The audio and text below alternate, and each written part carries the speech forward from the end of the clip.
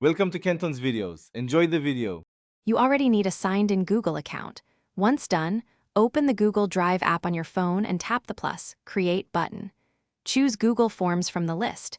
This is the only native way to start a form on mobile without switching devices. Name the form and add a short description to orient respondents, because context increases response quality. Make sure to pick the right question types as you begin: short answer, multiple choice, or checkboxes. So now you build the form. Tap the plus to add each question and select its type. You control validation and required toggles for mandatory fields so you get usable data. Add images or videos when a visual prompt improves clarity, and use the three-dot menu for question settings. Once done with a block, add sections to break long forms into digestible parts, and implement branching with go to section based on answer so respondents skip irrelevant items. This keeps completion rates high.